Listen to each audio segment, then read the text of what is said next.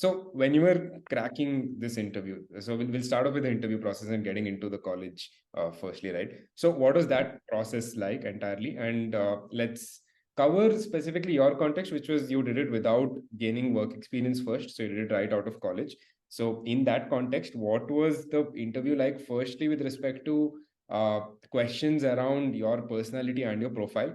And what were the things that they were asking, what they want to know about that?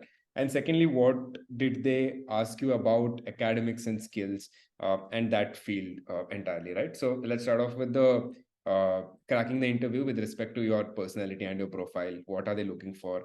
What should you highlight? All of these things. Okay. So to start at the beginning, as a fresher, I think it was a slightly more different experience than anyone with any background in a company would have, or even a startup, someone who's done some sort of work. It is a very different experience for all of them. Uh, because I just graduated from college and I'd taken a gap year, the first question I was asked was to, of course, tell us about yourself and what is this gap year in your resume. So they Mm. wanted to know that to begin with. And in that sense, I mean, I, of course, went back to all of my past academic records, all of my hobbies and everything. And from there, it just flowed like a conversation. Those Mm. interviewers include a professor here at the college and an alumni. So the Okay. panel is made of two people. Oh. And because, I mean, professors might have a certain sort of opinion, but the alumni wants a certain class to graduate from here, right? So they're Mm. looking for a particular kind of people. So because of that, they keep like a mixed bench of people. And because this bench is so diverse, they ask you a very, very wide variety of questions. As a fresher, they'll primarily ask you about your degree, what you learned. They're Mm-hmm. not trying to see how smart you are. They're essentially just trying to take back whether you learned something that was being taught to you for 3 to 4 years. So Mm-hmm. they want to see whether you have, say, a will to learn, Mm. if you have the ability to take back what you actually learned, and whether you paid attention or not. Mm-hmm. They're just trying to measure whether everything you've done up till now in your life, you took back something good from, whether it was complete or not. So, for example, in terms of academics, they asked me a question about who's your favorite psychologist. And Of course, I went into Freud because that was the quickest answer. And at that moment, you're panicked. You're like, okay, let me give them the best answer that I think I can justify. Yeah. So I give them Freud. And then they asked me, do you know what him and his disciple had an argument about? And I was Mm. like, I know that, but why do you know that? Yeah. And Is I it mean, a- you're a business school professor. You're not supposed to know like in-depth Yeah. psychology. Yeah. And I was like, yes, they had a disagreement because they have differing thoughts. But also, other than that, one of them was calling Freud a fake. So that's more on the gossip side of it. Mm. But he still knew that. And he's like, okay, good. I'm glad you know. And he laughed as soon as I said it. And it felt like such a casual talk that I was having, possibly with a friend or, Mm. a relative or something.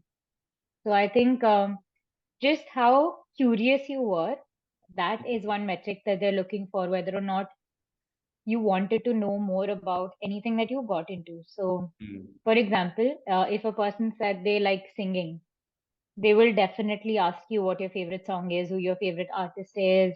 Mm. Um, they'll possibly even ask you what are the music awards that your favorite song received.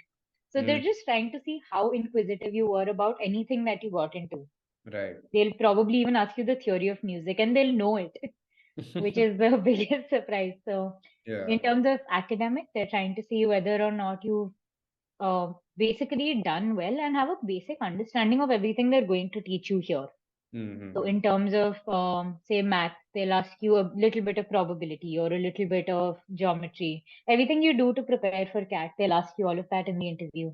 Mm-hmm. In terms of your degree, they'll ask you very specific questions about your degree and they'll know about all of it because they've been doing this for a long time now. Mm. In terms of non-academic activities, like say your hobbies, they'll ask you all of these questions like, okay, what is your favorite? and then go from there into the very diverse range of themes, from awards to famous people to what were their backgrounds, and they Mm. can ask you anything. It's a very broad range. So the only thing is that you lead the direction of the interview, right? If you mention that you like music, be prepared to answer questions like that. So Mm. inquisitiveness, they're trying to check. They're trying to check whether you have the ability to say that you don't know. Because Mm. at one point, when they're drilling you so much in one line of questioning, you have to either be able to say you don't know the answer and accept it, and it's not the wrong thing to say, Yeah. or you have to know that how to skillfully change that subject into another. Mm. So, for example, they said, in my interview, I said, okay, I worked with ISAC, and ISAC is the world's largest NPO and all of that, the usual, our ISAC pitch. Yeah. Um, and from there, they asked me, okay, so what do you think about, say, the UN's work in general, and what does the UN do to collaborate with the youth? Mm. And that was a very heavy question to answer. And if you can't think of something on spot, you just go directly into what you've done, because they're just trying to ask you what you've experienced and if you know what you've experienced. So just the ability to do that. Mm. Other than this, they're trying to see if you're driven. I mean, they're not looking for perfectionists here, someone who's done a 10, 10, 10 in all of their years. They're not looking for someone who's probably done a national level sports or anything like that. They're just looking for people who you know, decided that they wanted to pursue things, and they've gone as far as competing in it and seeing whether their skill measures. Got it. Yeah. So they're looking for all of that in the people that they take. So Mm. Yeah, I think uh, firstly, yeah, I mean, great answer also. I think that left me with a lot of questions and this thing. But I think overall for academics and skills, it's regardless of, I guess, what background or what you have studied, it's important that they just don't want people who have, I guess, casually just taken up something and have either abandoned it or they have not given it any thought. I guess even if someone is telling that, okay, I did engineering, but you know what, I really didn't like it at all, they would still expect you to know everything about engineering, because then they're like, okay, this person's probably taken an informed decision now because they already know these things. So, sort of exactly. these half hearted people or people who have not seen things through or basically aren't curious to explore and get a proper answer for themselves, they just don't want that kind of people. Yeah, And exactly. yeah. Yeah, that's it's amazing. But I'll also like just a follow up to that. I think curiosity is one thing throughout their answer that stood out, right? They want curious people, they want inquisitive people. Are there any other personality traits that they specifically look for? Are they is conversation like a big thing? Are they paying attention to how well you are wording your answers, your thought process, or are there like the secondary things and they're less worried about how you're framing your answers? Just examples, right? So basically, are there any other personality traits that they're measuring for? They want to optimize for. Okay. So they're not essentially looking for how well you speak. They're looking at whether you can get your point across to the listener. Are Mm, they able to understand what you're trying to tell them? You might be extremely, extremely intelligent, but if you're not able to get your point across, mm, they're looking for, at the end of the day, they're looking for people who be successful in business, mm, right? And you need to be able to communicate to mm, get there. So they're looking for, yes, communication skills, but just a basic ability to be able to get your point across, not how well you speak, whether you're fluent or not. And that's not the criteria here. Other than that, in terms of personality, again, it's not extroverted or introverted at all. There is no particular path that they choose.